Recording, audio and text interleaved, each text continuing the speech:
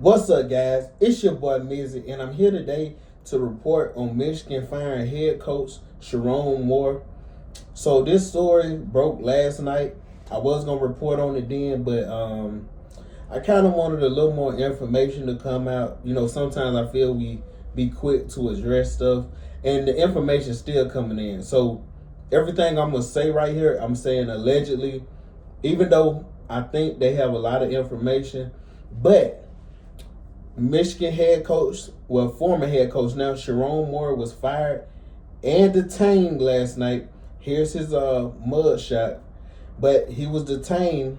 So, like I say, the information we have allegedly, he was having an inappropriate sexual relationship with a staff member, and he allegedly got that staff member pregnant. That resulted in a termination of the pregnancy.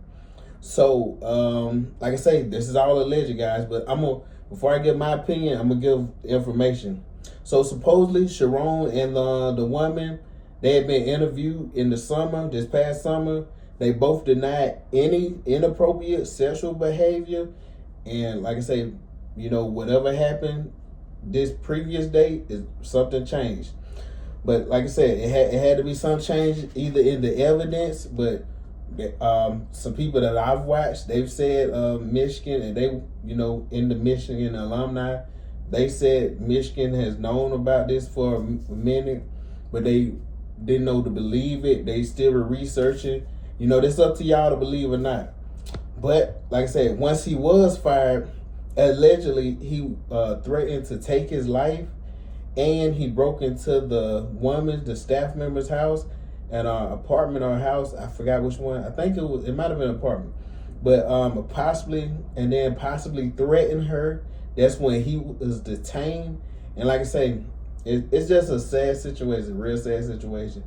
And like I say, the administrative assistant, they also said allegedly, I will keep repeating allegedly, she was like I say, administrative assistant, and on game days she would escort the family around, deal with family. So allegedly she escorted his wife around, the kids. So like I say, you know, it's a real messy situation. And you know, me watching it, listening, I just kept thinking about, man, what's the lesson to learn from this, man? And one of the lessons that I just kept thinking of, man, men, one thing, and this could go for women too, but I'm a man, so I'm gonna just speak to the men out there. In life, you gotta have sexual discipline. You got to. And I'm not gonna speak like I'm this man to just hear more morals and just above everybody, because like anybody else, I battle with stuff. But as a man, I know most people say, well, you know, as a man with money, look, just as a man, period, you have to have sexual discipline. You have to be able to conduct yourself professionally, because, like I say, even if he didn't have the head coaching job at Michigan, if he was, you know, working at anywhere as a tech company, anywhere, you got to be able to conduct yourself professionally. Because allegedly they said that the woman, you know, she was at a certain position and she got, you know, I guess like I say, promoted to another position. It could have been promotion because he was dealing with her, and he's, you know, giving her promotions to, since they're dealing with each other, you know, on the side. And you never want to be, it's already dangerous there when you're dealing with somebody. You're in a position of power, and she's kind of, not to say beneath you, but she's in a lesser power because you're the head coach of the team. So now you can do things for her. And it's just a real sticky situation. You put yourself in a bind that you don't want to, because you don't want to be all of a sudden. And Sherrone Moore, he has kids. I think he said he has 3 girls. That right there is horrible. I think the girls may be young, but you know, years from now, your daughters are gonna hear about this. And of course, your daughters love your dad. I don't know Sherrone Moore. Sherrone Moore, probably a great dad. I hope I'm praying for this brother. I hope everything goes well. But you got to be the example, the man that you want your daughters to date. And like I say, trust me, I understand. I haven't seen a picture or none of the supposedly girl. She may be beautiful, attractive, but men, like I said, you can't just go around. It's not wise to sleep with every woman just because you can sleep with her.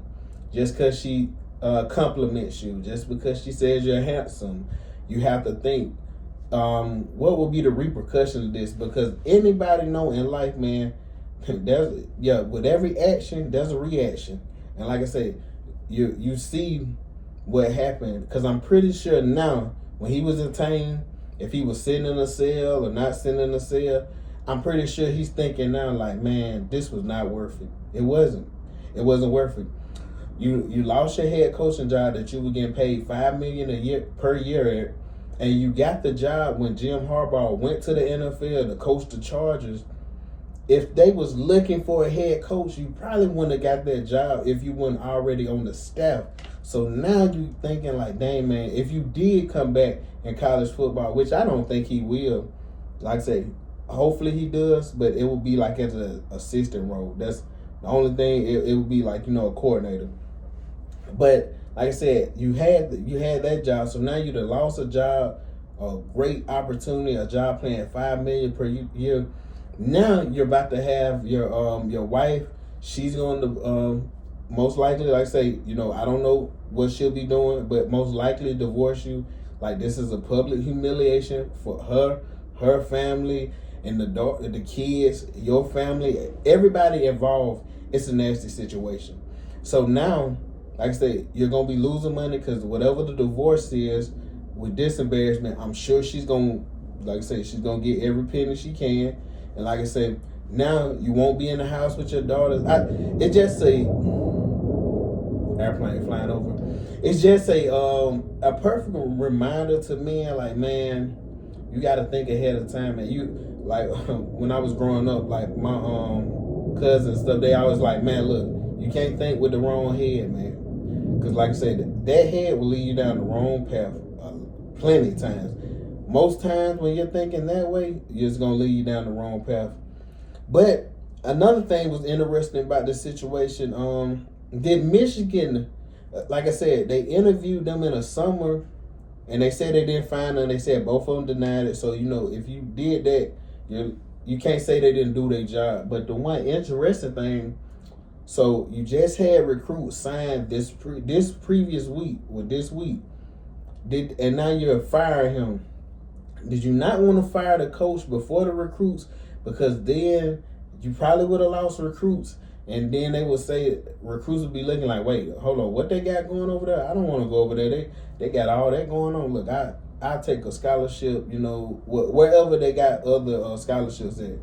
But so, like I say, that's one thing to, consider. I don't know, like I say, allegedly, I don't know if it's true or not. But like I say, it's just interesting that he got fired right now. And then he was doing an interview on Monday speaking about how it's not going to be it's not going to be no more coaching changes. How I run it, he was the coaching change. And then, like I said, man, the kids who signed, that's who you got to worry about. Because like I said, everybody in a situation is a nasty situation. And I'm wondering, well, all of a sudden you have a lot of kids who want to leave. And if they want to leave, Michigan should let them leave, because this is a messy situation. Like I say, so, yeah. And another thing, before I get out of here, I just want to briefly speak on this. I don't know what's going on in airplanes flying through. But I just want to briefly speak on this. This situation reminds me, man, put God first. I know everybody don't believe in God, but I'm just speaking for me.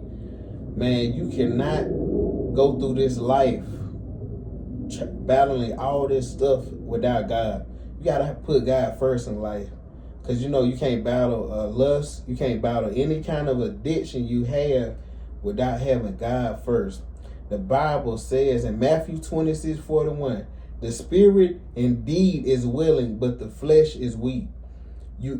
Like I said, man, if you try to battles just with yourself, and I've done it myself, you think that you're strong enough. No, you're not strong enough. The Bible said God already knows you. It says the flesh is weak. You'll need him to take on these battles. Like I said, and Sherrone Moore, I'm praying that this brother has a bounce back. He gets his life back on track. And like I said, man, because don't let this, you fail from grace, but you can build yourself back up. brother, don't let this be the end of you. It's not. It's just a reminder to everybody out there. You gotta stay focused. You gotta stay with your head on right, the correct head. You gotta have your head on right, and you gotta have discipline in life. Because when you don't have discipline, your whole life will be a wreck. And that's all I want to get to, guys. Hey, like, comment, subscribe, share. I catch you next time. And anybody who is religious, pray for this brother, pray for this family, pray for everybody in going through all the situations. Like I say, the recruits, everybody. I hope it works itself out. And like I said, we'll see what happens. But anyway, guys, I'm out. Catch you next time.